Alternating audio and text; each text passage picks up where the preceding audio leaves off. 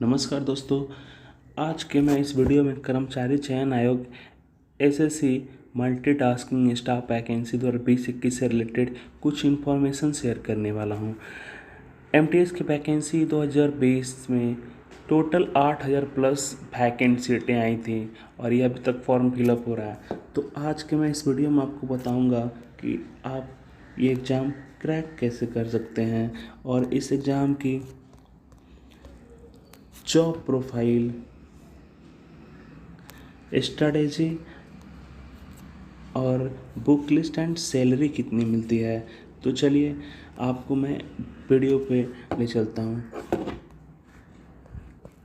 Video start करने से पहले आप मेरे चैनल पर नए हैं तो आप बीजीके विश्व ज्ञान केंद्र को सब्सक्राइब कर दें ताकि मोर से मोर वीडियो आप तक पहुँच सके। तो चलिए वीडियो स्टार्ट करते हैं।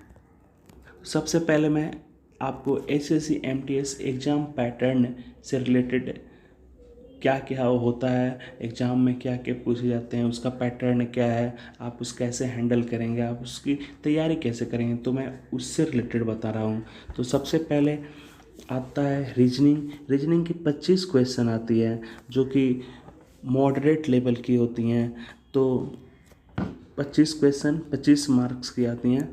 जनरल अवेयरनेस में 25 क्वेश्चन, मैथ में भी 25 क्वेश्चन, इंग्लिश में भी 25 क्वेश्चन, टोटल 100 क्वेश्चन रहते हैं 100 मार्क्स के। तो रीजनिंग में वही जो जनरल नॉर्मल रीजनिंग होता है, वर्बल और नॉन वर्बल दोनों रीजनिंग आती हैं। और जनरल अवेयरनेस में सभी GK, GS and current affairs भी आते हैं। तो टोटल उनका क्वेश्चन रहता है 25 और जीके थोड़ा ठीक ठाक रहता है। मैथमेटिक्स थोड़ा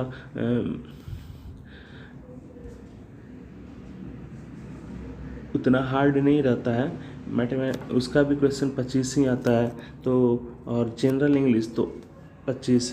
तो आपको इसमें सबसे ज़्यादा फोकस करने की कहाँ ज़रूरी है, तो जनरल अवेयरनेस और जनरल इंग्लिश में ये दोनों सेक्शन ये तो आप कर सकते हैं, इजीली कर सकते हैं, मैथ एंड रीजनिंग।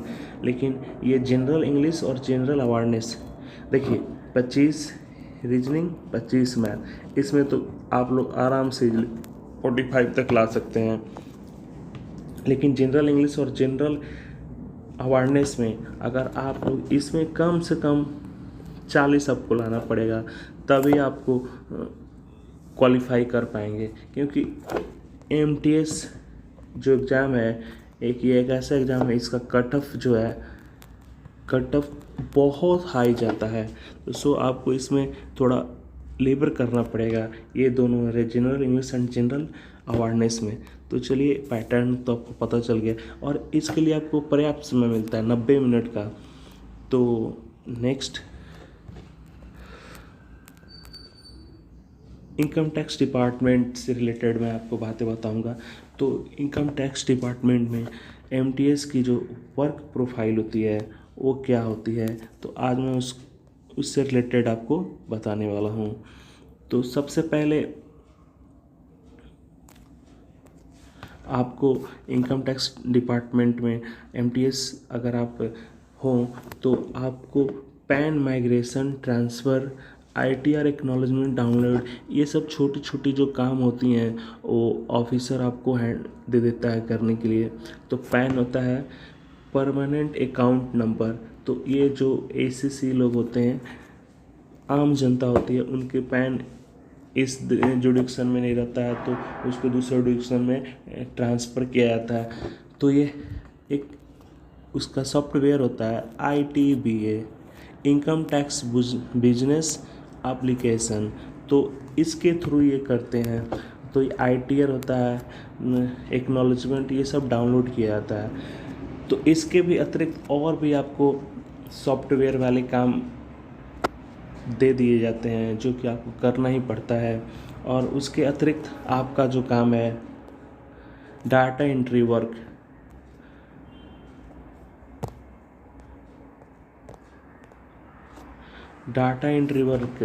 मतलब कोई डाटा जैसे कुछ हो गया तो उसे फाइल में एंट्री करनी रहती है या फिर कंप्यूटर में एक्सेल में एंट्री करनी रहती है।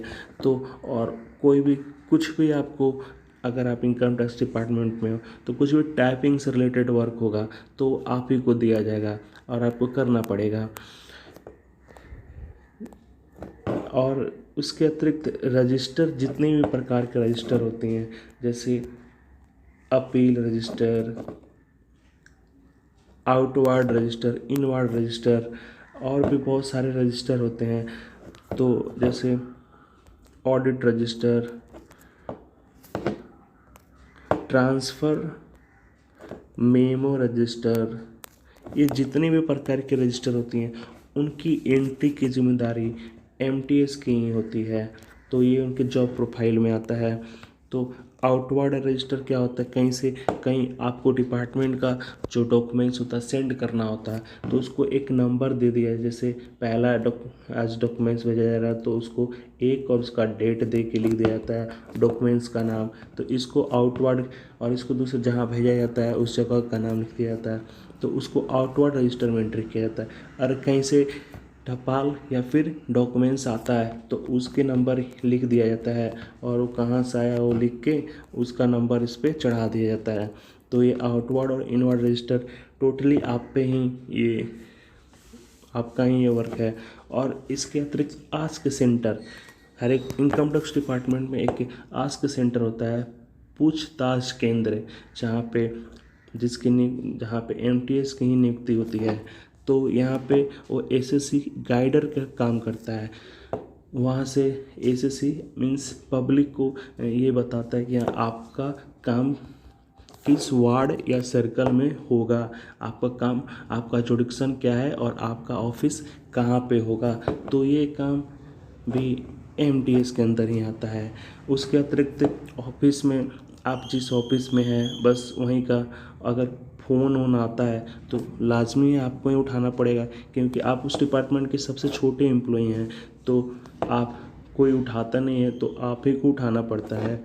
और उसके अतिरिक्त आपको कहीं भी ईमेल सेंड करना पड़ता है और कुछ छोटी मोटी जेरॉक्स निकालनी पड़ती है। और जो पोस्ट से रिलेटेड काम होता है वो आपको प्रिपेयर करना पड़ता है। और जो डेली वेजर होते हैं प्राइवेट से वो आके पोस्ट करते हैं। उसके अतिरिक्त आपको डॉक्यूमेंट्स की फ़ाइल प्रिपेयर करनी होती है और जितना भी डॉक्यूमेंट्स आपको मिलता है वो उसमें रखनी होती है। तो ये रहा total income tax department job या फिर वर्क प्रोफाइल ऑफ एमटीएस। तो ये यही काम करना पड़ता है। अब उसके बाद आपको स्ट्रेटजी एंड बुक लिस्ट बताते हैं। तो सबसे पहले आपको इंग्लिश, तो इंग्लिश को ज़्यादा सीजीएल जैसा फास्ट नहीं पूछता है, ये उससे 50% ही रहता है सीजीएल का। तो आपको इसमें कुछ ज़्यादा नहीं करना है, बस थोड़ी बहुत प्रीवियस ईयर्स का क्वेश्चन, बैंक और उसकी वर्ड मीनिंग्स, इडियम फ्रेज, ये सब आपको याद करना पड़ेगा। तो और थोड़ी बहुत इधर ग्रामर की नॉलेज होनी चाहिए। उसके लिए ग्रामर के लिए एक बुक आती है इंग्लिश पारामाउंट की, प्लेन टू पारामाउंट, ये वॉल्यूम 1 है। ये बहुत ही बेस्ट बुक है एलडीसी, सीजीएल, एमटीएस के बेसिक इंफॉर्मेशन के लिए।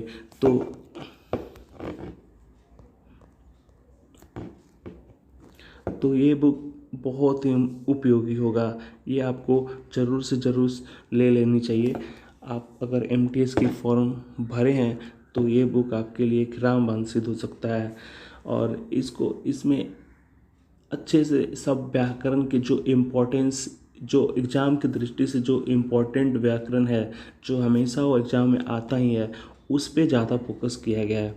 तो आप इसमें लास्ट में वर्ड सेक्शन भी है, वर्ड सेक्शन जैसे इडियम फ्रेज, साइनो एंटो, ये सब भी दिया है। साइनो एंटो आपको बहुत हार्ड नहीं पूछा जाता है, आप इसे इजीली बना सकते हैं। अगर आप थोड़ा सा भी एसएससी का प्रिपरेशन करते हैं तो आपसे ये हो जाएगा। मैथ रीजनिंग नॉर्मल लेवल की रहती हैं, ये अगर कोई भी अच्छे से पढ़ा होगा तो आराम से 25 में 22 तक बना सकता है, लड़के तो 25 के 25 बनाते हैं। इसके लिए आपको सबसे एक नॉर्मल बुक आती है RS अग्रवाल की, इस पे कमांड रहना चाहिए। और उसके अतिरिक्त ये बनाने के बाद किरण की एक सॉल्व पेपर आती है, तो ये वाली बुक, तो आपको ये किरण की ये बुक भी बना सकते हैं आप। ये कमांड हो गई तो सही है, नहीं तो इसमें क्या है कि आपको क्वेश्चन का जो पैटर्न है वो आपको आराम से इजली इस बुक में मिल जाएगा, कैसे कैसे क्वेश्चन पूछते हैं। तो ये आपको SSC कई ध्येय से बनाई गई है। इसके अतिरिक्त आपको GK और GS आता है, तो GK और GS में आपको थोड़ा मेहनत करनी पड़ेगी। तो इसमें आपको लूसेंट का संपूर्ण ज्ञान होना चाहिए। उसके बाद आपको एक SSC किरण का ही समान अध्ययन सॉल्व पेपर आता है, तो आपको इस बुक को भी पढ़ना पड़ेगा, क्योंकि ऐसा है कि SSC की कोई भी एग्ज़ाम में GS एंड GK में 50% GS and GK previous years की आती हैं।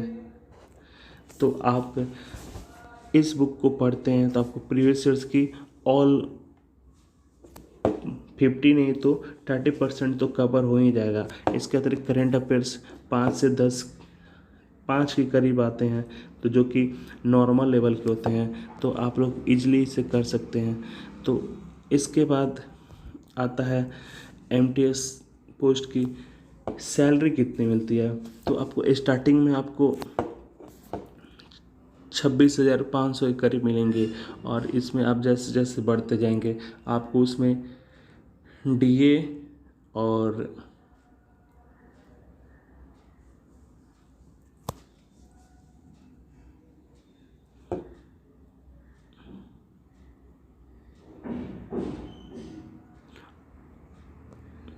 और सैलरी इंक्रीमेंट आपकी होती जाएगी। तो सैलरी इंक्रीमेंट साल में एक बार होती है, जो कि 3% होती है, बेसिक का 3%, और DA साल में 2% इंक्रीज करता है, जो कि बेसिक का 3 से 10 के बीच में हो सकता है। ये महंगाई पे डिपेंड करता है। तो आपकी हर एक साल नियर अबाउट 1500 सैलरी इंक्रीमेंट करती ही है। तो उसके बाद आता है प्रमोशन। इसमें क्या है, लोग सोचते हैं कि आखिर कैसे होगा प्रमोशन, क्या होगा। तो ये इसमें डिपार्टमेंटल एग्ज़ाम होता है, जो कि हर एक साल होते रहती है। तो इसमें डिपार्टमेंटल एग्ज़ाम में अगर आप MTS हैं, TA हैं, स्टेनो हैं, तो ये इन सबों को सबसे पहले मिनिस्ट्रियल स्टाफ की एग्ज़ाम पास करनी पड़ती है। मिनिस्ट्रियल स्टाफ एग्ज़ाम पास करने के बाद ही ये डिपार्टमेंटल एग्ज़ाम का फर्स्ट एग्ज़ाम है मिनिस्ट्रियल एग्ज़ाम। उससे पहले MTS को टाइपिंग टेस्ट क्लियर करनी पड़ती है। टाइपिंग टेस्ट के अंतर्गत आपको 6,000 के करीब कीवर्ड मारनी रहती है,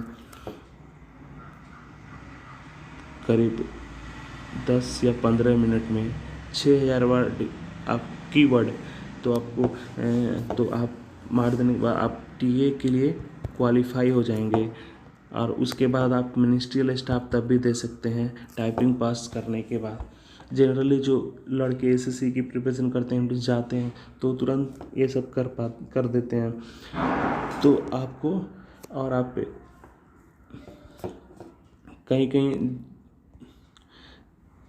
कहीं जो प्रमोशन है बहुत फास्ट होता है, तो उसे 3.5 साल के करीब में ही 3 इयर्स में ही आपको बना दिया जाता है TA। लेकिन कहीं थोड़ा स्लो होता है, तो 4 से 5 साल लग जाते हैं TA बनने में। उसके बाद का जो प्रमोशन है वो बहुत फास्ट होता है। आप एग्ज़ाम क्वालिफाई किए रहिए, आप आगे की पोस्ट के लिए आप एलिजिबल होते जाइएगा। जैसे मिनिस्ट्रियल स्टाफ में 4 पेपर होता है, अगर आप उसको क्वालिफाई कर जाएं तो आप, जो कि नॉर्मल होता है, टैक्स ये सबसे रिलेटेड होता है, तो आप TA बनने के बाद ओनली 2 इयर्स में मिनिस्ट्रियल स्टाफ एग्ज़ाम पास किए रहेंगे तो सीनियर टीए बन जाएंगे। सीनियर टीए जिसकी ग्रॉस सैलरी 50,000 के करीब होती है। उसके बाद आप सीनियर टीए के बाद से ही आप इंस्पेक्टर का पेपर देने लगिएगा। इंस्पेक्टर का टोटल 6 पेपर होता है। तो जिसमें से 4 नॉर्मल होते हैं, 2 थोड़ा हार्ड होते हैं जो टैक्स से रिलेटेड होता है। तो आप इसको पढ़ेंगे तो आप लोग आप सभी इजीली क्वालिफाई कर सकते हैं। तो सीनियर टीए के बाद अगर आप पेपर पास कर गए और वैकेंट सीट रहे डिपार्टमेंट में तो आप नॉर्मल 3 इयर्स में इंस्पेक्टर बन सकते हैं। इंस्पेक्टर तो टोटल एमटीएस टू इंस्पेक्टर बनने में कितना, मिनिमम 4 + 2 + 3 9 इयर्स, 8 to 9 इयर्स में आप लोग इंस्पेक्टर के लिए इंस्पेक्टर बन सकते हैं। अगर सीट उस जोन में सीट ज़्यादा ही रहे टीए और सीनियर टीए इंस्पेक्टर की तो ये ड्यूरेशन 7 to 8 इयर्स भी हो सकता है। उसके बाद आप एग्ज़ाम क्वालिफाई करने के बाद ही लोग आईटीओ का पेपर पास करने लगते हैं, आईटीओ का पेपर एग्ज़ाम देने लगते हैं। तो इंस्पेक्टर अभी बने भी नहीं रहते हैं तब तक, केवल इंस्पेक्टर का पेपर पास करने के बाद आईटीओ का कितना पेपर पास कर गए रहते हैं। तो अगर आप इंस्पेक्टर का पेपर पास करते हैं तो आपको सीनियर टीए की सैलरी में मिनिमम उसका बेसिक का कितना 3 से 4% होता है। तो मतलब आपको मिनिमम 2,000 के करीब आपकी सैलरी इंक्रीमेंट हो जाएगी अगर इंस्पेक्टर का पेपर पास कर गए तो, सीनियर टीए हैं आप तो। उसके बाद ये इसका प्लस पॉइंट है कि 2,000 आपकी सैलरी और पास कर देगी। अगर आप इंस्पेक्टर बन गए तो उसके बाद आप आईटीओ की 9 की 7 या 9 8 पेपर होती है। आईटीओ की भी 6 पेपर ही होती है। तो आप इनकम टैक्स ऑफिसर ओनली 6 से 7 साल में आप आईटीओ बन सकते हैं। तो ITO means income tax officer. तो इसकी सैलरी नियर अबाउट 90,000 के करीब होती है। तो ये रहा आपका एमटीएस टू आईटीओ का सफ़र। आपको वीडियो कैसी लगी? आप अगर ये वीडियो अच्छी लगी तो आप मेरे चैनल विश्व ज्ञान केंद्र को सब्सक्राइब करें, लाइक करें, ताकि मैं आपके लिए more and more content regarding SSC लाता रहूं। Thank you.